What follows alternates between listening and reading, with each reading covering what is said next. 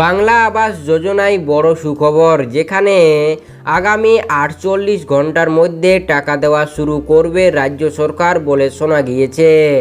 যেখানে বাংলা আবাস যোজনার যে টাকা, সেই টাকা কিন্তু আগামী 24 ঘন্টার মধ্যে দেওয়া শুরু করবে বলে ঘোষণা করলো এদিন মমতা বন্দ্যোপাধ্যায়। হ্যাঁ ফ্রেন্ডস, যেখানে বাংলা আবাস যোজনার ওপরে কিন্তু কড়া নজর দিয়েছে রাজ্য সরকার এবং সে একটি বড় ঘোষণা করে জানিয়েছে যে এদিন যে এই যে বাংলা আবাস যোজনার টাকা, সেই টাকা কবে থেকে দেবে এই বিষয়ে কিন্তু বিস্তারিতভাবে জানিয়েছে আমাদের রাজ্য সরকার। হ্যাঁ ফ্রেন্ডস, কি জানিয়েছে এই আবাস যোজনাকে নিয়ে? সত্যি কি 48 ঘন্টার মধ্যে টাকা দেওয়া শুরু করছে এই আবাস যোজনার?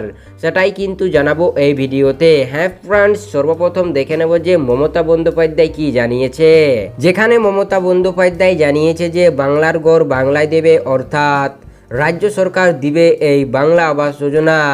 যেখানে কেন্দ্র সরকার কিন্তু আগে এই বাংলা আবাস যোজনার টাকা দিত, তবে এরপর থেকে সেখান থেকে টাকা আসা বন্ধ। তাই এদিন মমতা বন্দ্যোপাধ্যায় বড় ঘোষণা করে জানিয়েছে যে মে মাস থেকে কিন্তু বাংলা আবাস যোজনার যে টাকা, সেই টাকা আমি দিব, অর্থাৎ রাজ্য সরকার দিবে এই বাংলা আবাস যোজনার টাকা।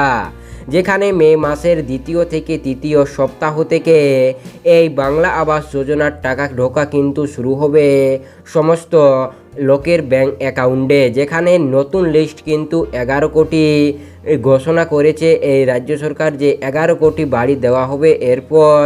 যেখানে আগামী 48 ঘন্টার মধ্যে এই বিষয়ে কিন্তু একটি বড় আপডেট বেরিয়ে আসবে যে এই ঘর কে কে পাবে, কে কে না, আপনারা সম্পূর্ণ লিস্ট কিন্তু পেয়ে যাবেন। হ্যাঁ ফ্রেন্ডস, তবে যে টাকা ঢোকার ব্যাপার, সেই টাকা ঢোকার ব্যাপার কিন্তু মে মাস থেকেই শুরু হবে বলে জানিয়েছে এদিন মমতা বন্দ্যোপাধ্যায়।